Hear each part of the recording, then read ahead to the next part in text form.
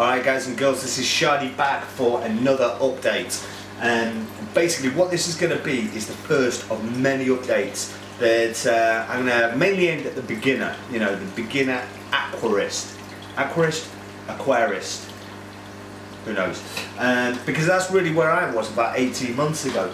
And you know, 18 months ago I never had a fish tank before, you know. So I thought, you know, if you're going to go into this, why not start at the beginning? Go simple. So obviously I went for a reef tank because that's the easiest fish tank to run. You know, I was going to go for a goldfish bowl, don't get me wrong, but it just seemed far too complicated.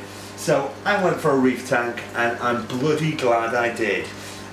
So yeah, it's this is my tank, and for those of you who are new to my channel, I have got a lot of previous videos on there about how I built this tank, but this is going to be a whole new series on what I've learned after 18 months of running a tank. So yeah, so if you found this channel and you're not into fish tanks, it's going to be a little bit boring for you.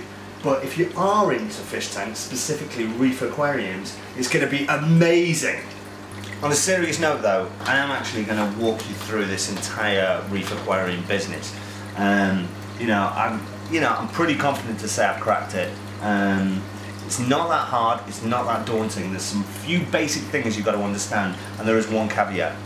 It's going to cost you a bit of money. You know, that's the truth. We're not going to lie about that. You know, you need to have a bit of money, but if you've got a bit of money and you want to do it, and you know, you're looking at all these tanks on the internet and going, wow, they're beautiful, I'd love to have one of those, you know, then this is where you want to be at this channel, because I'm just going to take you through it really simply.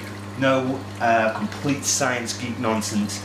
You know, there is some basic rules you've got to understand, and that is, you know, you need to know the parameters. You need to know about your nitrates and your phosphates. You need to know about your salinity, the amount of salt. You need to know about the temperature. You need to know about the pH levels in the tank, calcium and alkalinity. There is some other factors that, you know, geeks will get into, but really that is it.